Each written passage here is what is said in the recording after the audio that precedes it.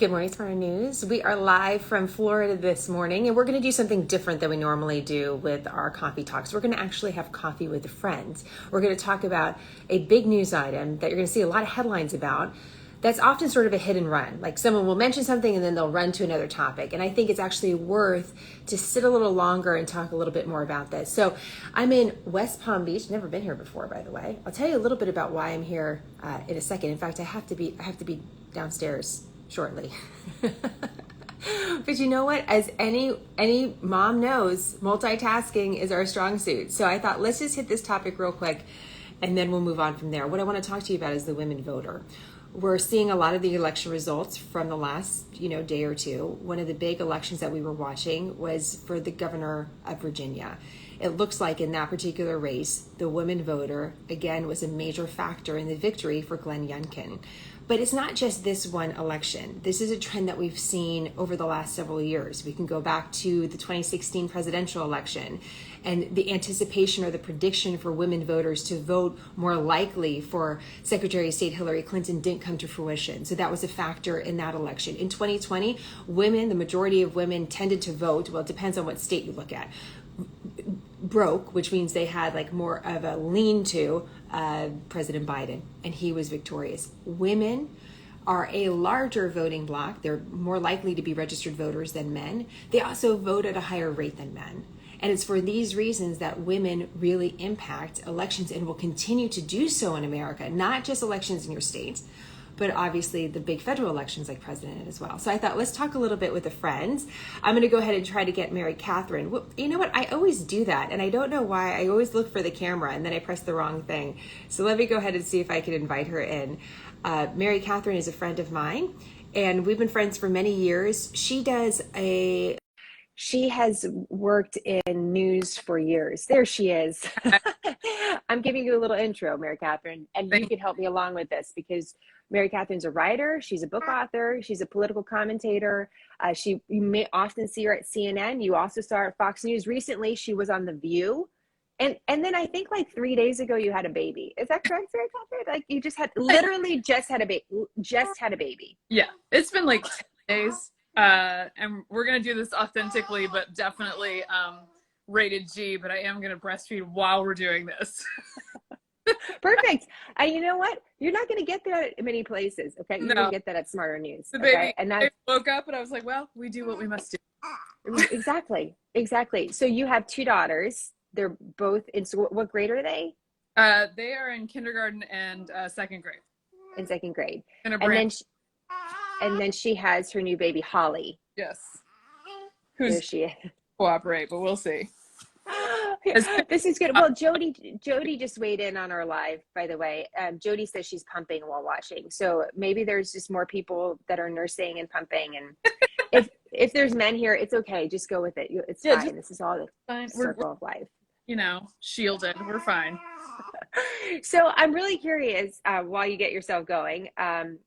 What do you wait? Oh. Does she want to say hello? Like, how is she? There's the baby. She's real. Chill out. Oh, she's so cute. They always wake up just to need them to, right? I know. It's always that way. That's why I say whenever I'm in this hotel room and it's quiet and I actually don't know what to do with myself because I'm always like doing these videos wondering if someone's like lighting a fire or, doing something like that. Oh, she's so cute, Mary Katharine. Okay, you get yourself. If you need to like get set up off camera and then yes, I might do that. Put this away for a second. Just ignore whatever ceiling fan you see for a second. It's okay. We like ceiling fans and it happens. It's no big deal. So let me explain what happened a little bit. I'll just give a little foundation. Mary Katharine's actually going to be doing her podcast later today. This is what she's doing with her newborn. There she is.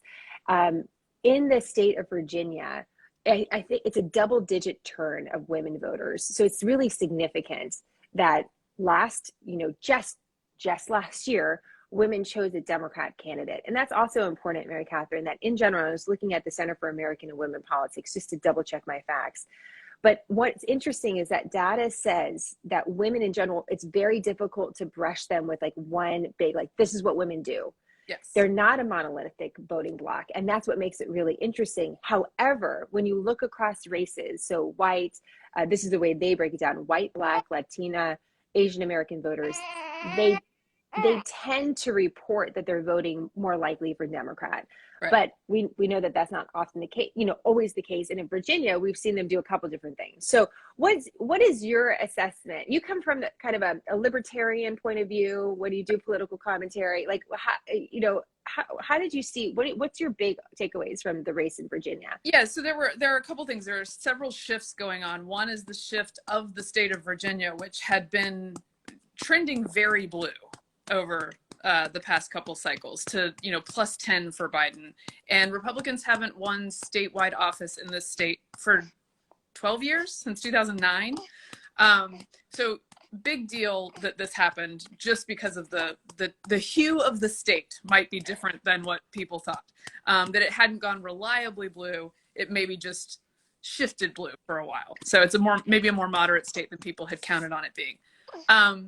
There's also this shift with women, which is double digits for women overall in the direction of Youngkin, who is the Republican candidate or the Republican governor-elect now. And I think 37 points among non-college educated white women, or non-college educated women. Huge, huge shifts. And that is about, you can't ever say it's about one thing, but this is largely about education. Okay, talk to us about this, because this is what people are, and all of us have very different experiences with education through the pandemic, right? Depending on where we live. So you've been a mom through the pandemic. This Yes. is not only coming to you for political analysis. When people talk about a women voter in Virginia, we're actually talking to a women voter in Virginia. So what was your experience? Like, what is the drama over education in Virginia?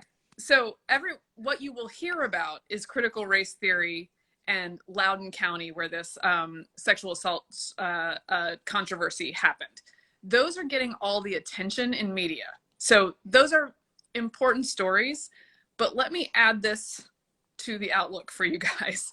There's a much longer and broader story, which includes schools in every major metro area of Virginia were closed for a year or more. And a lot of women lost jobs, had to stay home, barely held on for a year, trying to do Zoom school, trying to homeschool. And to my mind, in the spring, I thought there's no way there's not an electoral reckoning for this. People have had no school, sort of the basic guarantee of your local government that usually, even if you don't love your school, it opens its doors. That did not happen. And for a while, it was understandable because we were in a pandemic, and then parents got very mad. So they were very mad by the spring, and like fighting tooth and nail to get schools to open in the fall. And so you had a bunch of moms who were engaged, who were madder than they'd been in the past, who were more involved in local politics and then state politics than they had been in the past. So I think that's where you see a lot of this coming from. So interesting. I don't want to get too far off the topic of Virginia, but in California, you saw something similar, right? California did not open their schools at all. I'm born and raised in San Francisco, so I was paying close attention to that. My mom was a public school teacher in San Francisco. They didn't go to school. And there was a reckoning in California as well. There was a recall election, but it didn't break blue, right? And in Virginia, when you look at the mom group, at least what you would assume would be the mom group, it was very decisively breaking against blue. So can you talk, is any of that other part, the critical race theory and any part of that you think added momentum to that was different in Virginia than it was in other states? Yes. So a couple things. One, obviously California is just way bluer than Virginia is. Yeah, yes. One of the questions of this election was whether Virginia is just East Coast California. Like, will we be so blue that there is no reckoning? Obviously a recall is different from a traditional campaign. And importantly, Glenn Youngkin presented a campaign that did not look like Trump's, and that McAuliffe, his opponent on the Democrat side, was unable, despite trying very, very hard, to make into a Trump-like campaign. I think Larry Elder, who's the Republican who ran in California, much more closely tied to Trump, the messaging much more Trump-like. And so in a purple state, Youngkin did what he needed to do by saying, look, I'm a different kind of Republican. And frankly, parents bought that. And parents who had swung Democrat over the years swung back, or people who had never gone for a Republican candidate went there. What do you think that was specific, that Youngkin was new and different and no one had ever seen him before, that there was like no political baggage? Was that a fact? Yeah. Was it as much a vote for someone new as it was a vote for a Republican candidate? Yes, I think he gave a lot of people license to go a direction they hadn't before. He didn't make a lot of mistakes. He was very disciplined on the trail. And yeah, he was a fresh face. So they really weren't sure how to, his opponents weren't sure how to categorize him. And the way they tried didn't work. It didn't fly with voters. And I think what you saw around the country is that even though it's an off-year election, it was a change election. People were looking for something different. I don't know if you've seen this weird story where the guy ran in New Jersey who didn't really have a campaign and knocked off a state Senate leader. Yes. I saw, I only catched a little bit just so people have some context. I saw it on Twitter, and I think it was from the Cook Report, which is a very reliable, very high profile report that you actually turned me on to, Mary Katharine. He like this truck driver, was he a truck driver? And like, he had, like, I had to put like $100 for a campaign, and like, he spent $153. I think half of it on Dunkin' Donuts, and he won. Good investment. That is like, that's a national mood story, right? People are looking to turn a page if you're voting for the Dunkin' expenditure truck driver guy. Well, so then, and that brings us even to an even more interesting point. So again, going back to the headlines, like a red wave crashes, like you see all these like Republicans are empowered, and like I wonder if that's also an overstep, whether how accurate that really is. Can Republicans walk away and say, yeah, you know what, it's our policy, it's our platform, people are voting for us, or are people just like, I don't know, let's just vote for somebody else? Right. You know? I think there's a little bit of both. I think with Youngkin, he was an exceptionally good candidate, just as a person. He's disciplined, he's smart. They ran a really smart campaign, meaning that he did this dance that no one in the GOP has really figured out how to do, which is he kept Trump at arm's length, but he brought in Trump voters in Southwest Virginia in the numbers that he needed. And he also turned enough of the suburbs to win this state. That is the secret formula. A lot of people have not figured out how to do it. He did. So there's going to be a lot of studying of his campaign. The other thing I would say is that what the GOP has going for it, especially in this state, is, and you asked about the CRT and other stories that broke at the end of this, those were important. I think even more important as the momentum built was Terry McAuliffe's quote that parents shouldn't be telling schools what to teach. It was in a debate. It was decisive. Glenn Youngkin ran with that quote. And what happened was a lot of parents felt disrespected by their local governance for a year about this school thing. I was on all these Facebook groups trying to get schools back open. School boards kept telling parents, and I do not exaggerate, you guys just want to go back to brunch. We're not dealing with this. Like, we're dealing with safety, okay? What I wouldn't give for a brunch now. The tone was bad, to put it lightly. And when McAuliffe said that, I think it was just confirmation that these folks are not willing to listen to us as parents. And that is unacceptable to me. So that built on a lot of frustration that was already there. So I think that's an important part of this to recognize. Can you just, and we'll kind of, this is a tough topic to do briefly, but with CRT, can you just tell us a little bit about what the debate was about critical race theory in Virginia, and why really in recent weeks, and especially in the last couple of days, it was so striking in election coverage that you continue to hear it's not a real thing. It's not actually a real thing. So it went from a debate about it to then it's not real, you know, one side, more progressive side, saying this isn't even real. And it's a little confusing.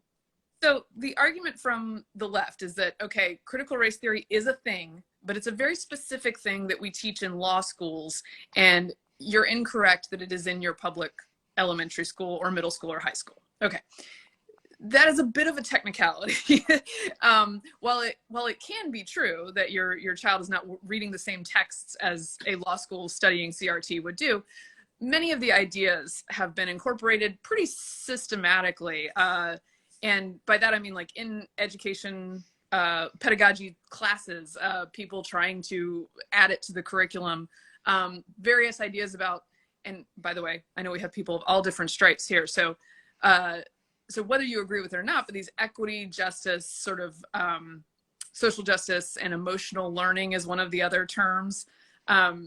Folks who were really tuned into their kids' education because they were teaching it on Zoom class, right, started noticing some of these messages, which whether systematically involved in their education or just offhand, they didn't love.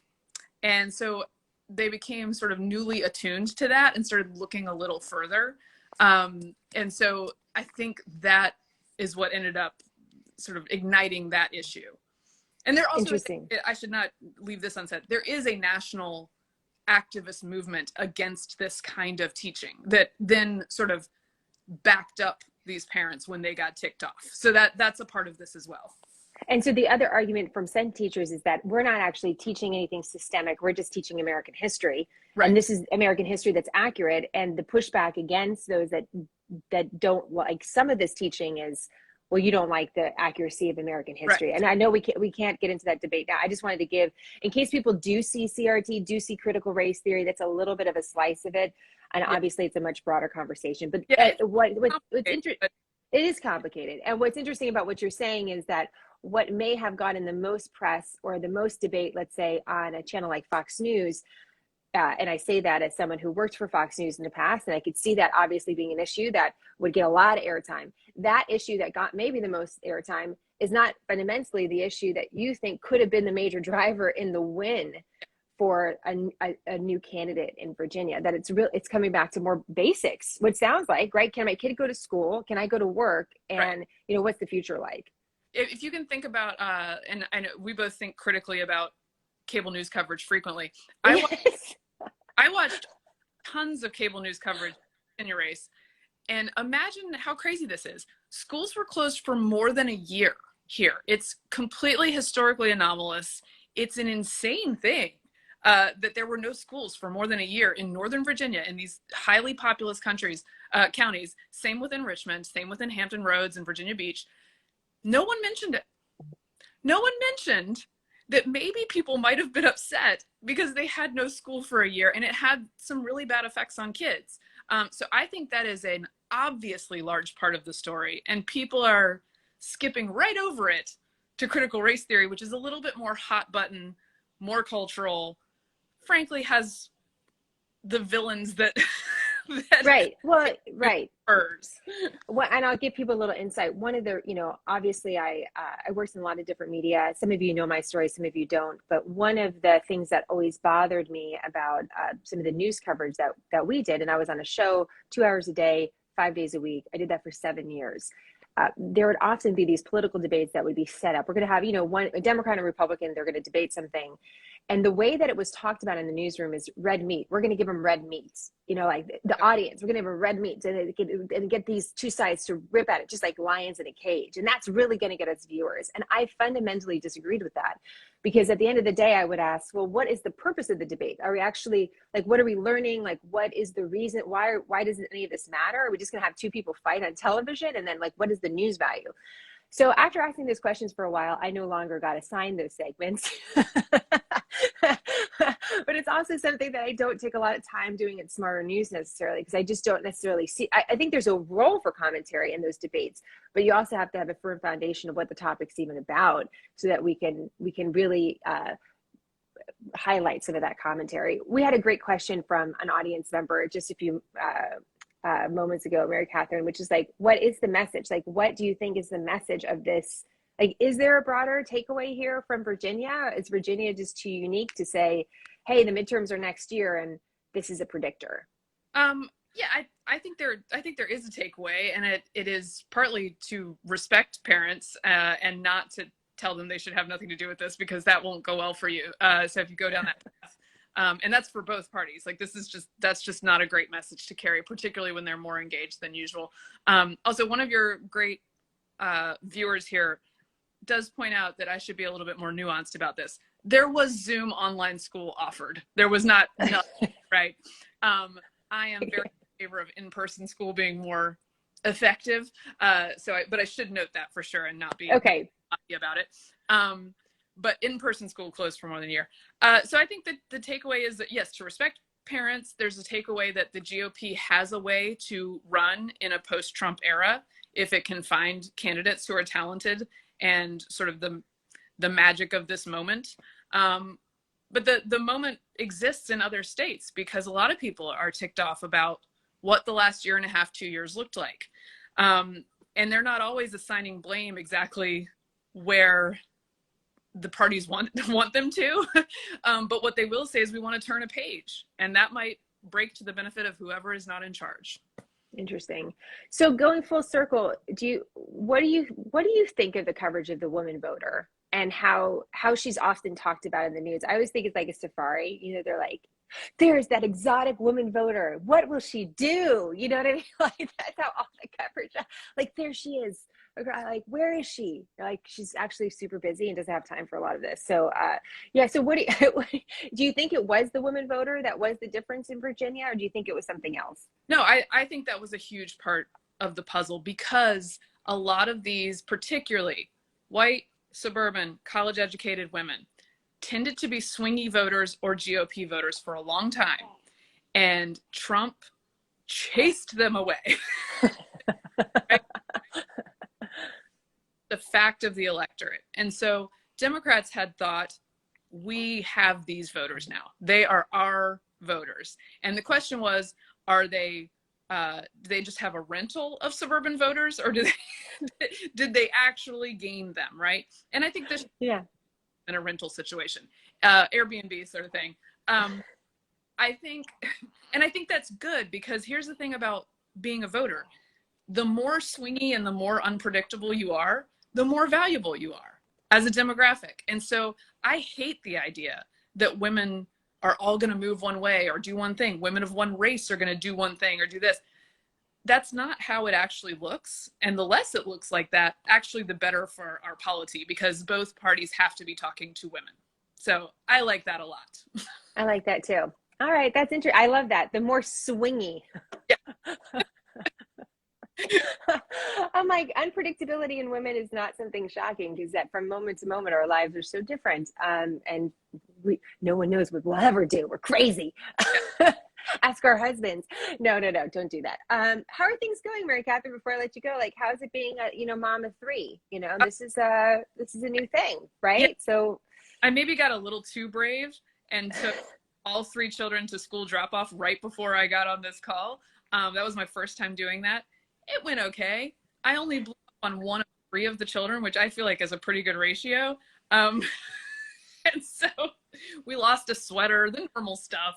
But we were on time. We made it. And I will say my husband has been super brave this is his first baby, his first newborn experience. So he took a 3-day-old on an errand while I had something to do. So he's very unflappable. And things have gone well. Last night, he took the baby from like 8 to midnight, and I got to just sleep through. So we're doing all right. Props to him. Yeah. Steve seems to be, he's just driving into the storm and standing there. It's hard. Let me try it. Yeah. Okay, that's good. Well, congratulations. I'm so glad the baby made an appearance. We should do this more often. Nursing and political analysis with Mary Katharine Ham. Where's your podcast? Because just so everybody knows, Mary Katharine's super, super sick during pregnancy, like super like Kate Middleton sick, sick. And then she has the baby and then she like pops back to life. And so she started a podcast like 2 weeks before having a baby and now is doing podcast episodes. So tell us about that so they can follow you. Wednesday and Friday. It's called Getting Hammered because I have to use every pun possible with my last name. As of now, I'm still breastfeeding and I was pregnant, so I haven't drunk any alcohol on Getting Hammered. But at some point, I probably will. So you can look forward to that. with my friend Vic Mattis. You can find it where all the podcasts are, Apple Podcast, Stitcher, whatever you use. And it's just kind of a morning show vibe where we talk about news, but try not to freak you out, much like my good friends at Smarter News. Thank you. That's right. We're like, here's the news. Let's just take a deep breath, have a cup of coffee, and then get on with your life. It's all going to work out. Sometimes we're not sure, but it does. It has so far. So we're going to just take past this precedent and keep moving. All right. Well, I know you got to run. I have to be somewhere soon. I'm at the Policy Circle Summit, Leadership Summit in West Palm Beach, which, by the way, Mary Catherine, if we're looking for a getaway, this is it's not bad right here. I see Florida, there's palm trees, looks like good shopping. I'm going to be talking a little bit about effective storytelling. Ooh, so nice. let's hope for the best that I can. Speaking of mom life, Jenna and I are for 5 years have been like, we gotta get together on a little get. Someday we will, but we'll figure it out. We have to stop having babies. That's what's sort of interrupted us. Babies and news coverage and historic elections. It's no, We'll get it done. All right. I'll talk to you guys. All right. I'll talk to you later. I don't know if you're able to X out. Sometimes it's strange. Okay, cool. There she goes. Bye. Okay. It's great. If you haven't followed Mary Catherine's story through the years, it's definitely worth a closer look in following her online. First of all, she's hilarious. Second of all, she has the ability to do political analysis in a way that a lot of people can't, obviously. One, nursing, but also being able to give credence to both sides. As I mentioned, she leans more libertarian, and in some circles, she could be kind of cast as the conservative. I don't know if that really works. It's just that the nature of some of our conversations and the political leanings have become so acute that sometimes that happens. But you should know that when you see some of her writing and some of her discussions, it'll always make you laugh, and you'll always learn something. And I think that's a great combination. So listen, if you have more questions on this topic or others, go ahead and you can write them in the comment section.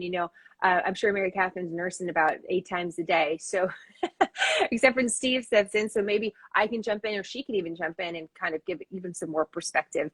In the meantime, we're gonna have more of this story and more on smarternews.com. I am gonna run downstairs. We will be covering what's going on with the Policy Circle here in West Palm Beach. Sounds so posh to be able to say that. All right, I got to get going. I'm sure you guys have to as well. Have a great day, and more on smarternews.com. I'll talk to you later.